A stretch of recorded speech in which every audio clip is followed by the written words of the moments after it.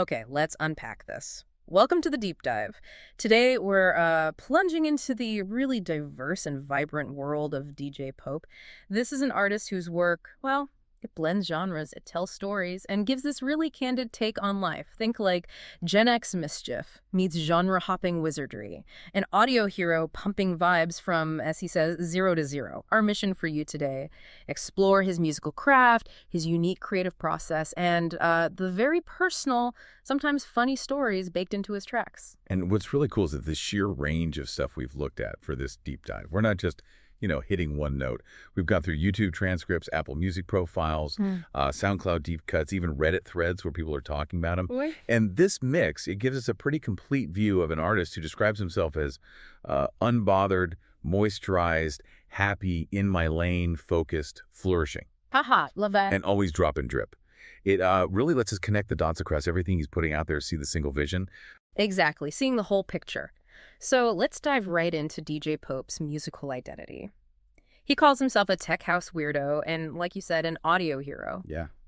But this wasn't, an overnight thing. His music journey started young. We found out he began making music around 14, back in the early 80s. He was inspired by bands like The Cars, their synth pop sound, and early hip hop too. Mm-hmm. He actually remembers asking himself, how can I make music like that, and would people like it?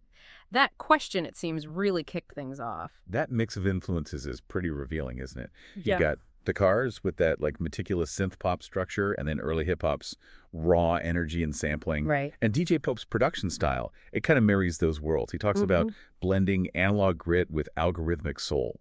So taking those warm, maybe imperfect sounds from old gear, that synth thumb vinyl crackle, and mixing them with modern digital precision. He layers vocals, complex synths, sometimes surprising guitars, and those driving beats. It creates these really rich soundscapes. His method, he calls it surreal storytelling, vocal manipulation, and joyful chaos. Joyful chaos, I like that. Yeah. And the goal seems clear. Make your head nod, your toes tap, and your soul smirk. It's like an invitation to feel the music, viscerally. Definitely soul smirk. That perfectly captures the playful smarts in his music. And he really leans into this house music identity, but in this funny, almost contradictory way. There's this track, Do You House Bro, where he says, I don't do house music, I do house music. It was like a wink, daring you to define him. He's committed to the genre, but also doing it his own way. And he calls himself a certified house technician. That's not just a cool title. It says a lot about the craft. Yeah, the technical side. Exactly. We hear about bricks and loops, like the basic building blocks, 808s in the foundation, that classic drum machine sound, blueprint bass hits. It sounds like sonic architecture. It really does. He even talks about measure twice, drop once, and having a laser level on the decks. Like he's engineering the sound structure. That's a great analogy. Yeah. Because that technical skill isn't just in the studio, right? Yeah. You feel it in the raw energy when the tracks play. Like, Harder House Balls Deep. Okay, yeah. Got that no rules, no chill vibe he talks about. Hard bass, hard body, relentless energy, no sleep, full throttle, just pure sonic force. Wow. His music isn't just background noise, it changes the space you're in. It's like he says, heating up this house into a furnace, making the floorboards shake, the roof groove. You hear that in House by Housen. He's building an experience. Yeah, an immersive one. Yes. And his own origin story as the Pope, that's just as interesting. He tells this story about digging through old gear, old notes, trying to reignite something. But instead of just doing it himself, he teamed up with an AI buddy he named Bunny. An AI buddy. Yeah, called Bunny, to help update his old tracks and lyrics. It's this wild mix of old school art and new tech. Shows he's open to different ways of creating. That's fascinating. And how that AI thing became more than just technical help, right? It became the persona.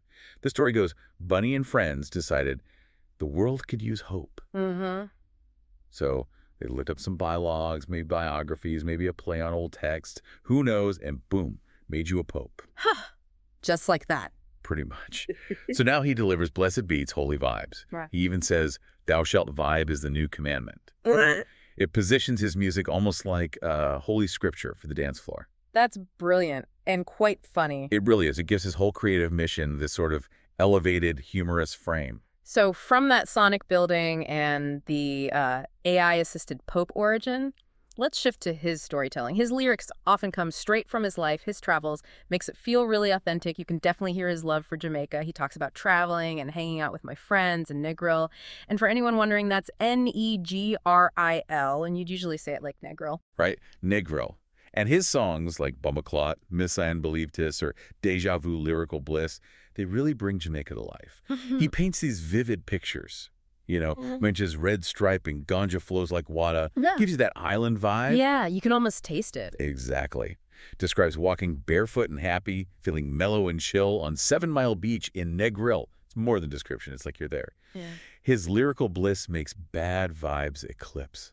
And he shows his versatility, too, saying he can chat in PWA, which sounds like a nod to speaking Patois, the local dialect. Says he really soaked it in. Definitely. He immersed himself and put it right into the music. That's cool. Now, another really interesting part of his identity he talks about openly is being Neuro-Spicy. He doesn't shy away from it at all. He even named an album Neuro-Spicy Love Bombs. Wow. And in Deja Vu Lyrical Bliss, he has this line about his spiciness jacked up, all coming out in a burst, using the phrase neuro-spiciness jacked up. Yeah, okay. Just so we're clear, for you listening, we're talking about Neuro-Spicy, emphasizing the neurodivergent aspect there. Yeah, Neuro-Spicy. And this is where his music gets really insightful, I think. On the track, Lessons in ADHD, he talks directly about his neurodivergence. And he challenges those, conventional, often negative views. He says, I ain't defective, just differently wired, not sick or crazy, not mentally mire. That's powerful. It is. It's a reframing. His mind isn't broken. It just works differently. He talks about his spaghetti thoughts, that tangle of ideas as divine intervention. Says he sees patterns others miss, and he owns it. Neurodivergent, not bro.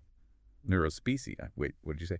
My memory is dicey. I got all the ADHD. Maybe you are kind of like me. Ooh. Yeah. It's so vulnerable and honest. It invites you to think about your own ways of thinking, maybe not as flaws, but as, potential strengths. Yeah. Reframing challenges into insights. It makes total sense how this Neuro-Spicy mind fuels his creativity. He says it lets him remix rhythm with restless feet, like his internal process has its own beat. Right. He thrives on sparks and sideways days, embracing that nonlinear thinking as creative fuel. It's not a bug, it's a feature, a constant source of new ideas. Exactly. It's just part of who he is, translating that into this message of self-acceptance.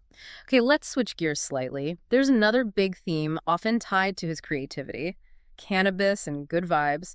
It runs through a lot of his music. The track Inhale, Ganja, Exhale, Hip Hop feels like a core statement almost. Yeah, like a motto. And then Couch Lop Chronicles.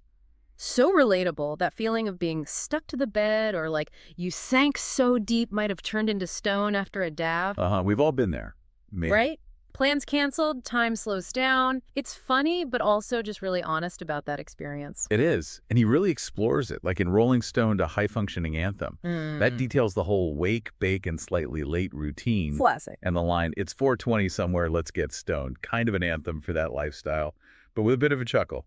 And then there's Strain Wars, The Dank Awakens, the Star Wars analogy for getting high. Yeah. Genius. Seriously. Yeah. Lines about Jedi lungs using the Force to get high. Even Darth Vader gets faded real fast on some kush. He brings humor and pop culture into it. It's not just about weed, it's celebrating that whole culture. Finding the good vibes, clearly. But alongside all that, he shows us a really personal, grounded side. DJ Cope, the Gen X dad. This gives such a different perspective. Lines from life as a Gen X dad, waking up to his son's problems, dealing with a daughter's shady boyfriend. Oh yeah, the real stuff. Totally. Universal parent stress. The constant worry about my kids is part of the deal. Super candid. But there's wisdom, too. Life is short. Do more talking and much less yelling. Sounds like advice learned the hard way. That wisdom really hits home. It kind of anchors his free spirit. Which brings us to I'm Good Though, right? Another really honest song, looking at family dynamics with humor, but also some rawness. And here it's actually really important for you listening to have some context. DJ Pope touches on some very personal stuff, and he shared that when the lyrics mention a narcissist mother, he's actually referring to an ex-wife. Okay, that's crucial context. It really is. It helps understand the depth and the specific situation behind the lyrics.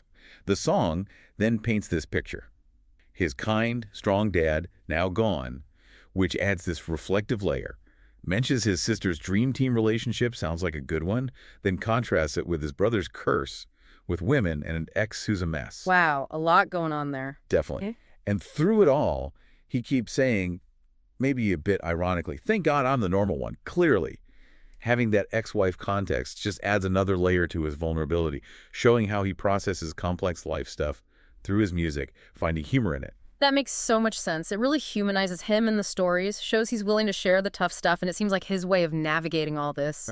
Okay. Life's craziness, family creativity, it comes back to that mantra. Unbothered, moisturized, happy, in my lane. Yeah. Focused, flourishing. It feels like his core principle for staying centered. What an incredible journey through DJ Pope's world. Seriously. From the genre-bending tech house, that wild Pope origin with AI, to the really open Neuro-Spicy storytelling, the good vibes, the messy family stuff. It's been a real deep dive. He's hard to pin down. He really is. And his work is such a great example of how just being authentically yourself, turning your own experiences, even the everyday stuff, into art can be really powerful and relatable. Whether it's through lyrical bliss, as he calls it, or that baseline therapy, Right. he manages to make the ordinary feel kind of magical. And thinking about his whole journey raises a pretty interesting question, I think. Okay, let's hear it. Wow. Considering DJ Pope's path, starting in the 80s, loving music, then later building this persona and sound with AI help, how does that mix of old school dedication and futuristic tools make us think about authenticity Right. and creativity, even what success looks like now in this changing world of making things, something for you to chew on long after the beats fade?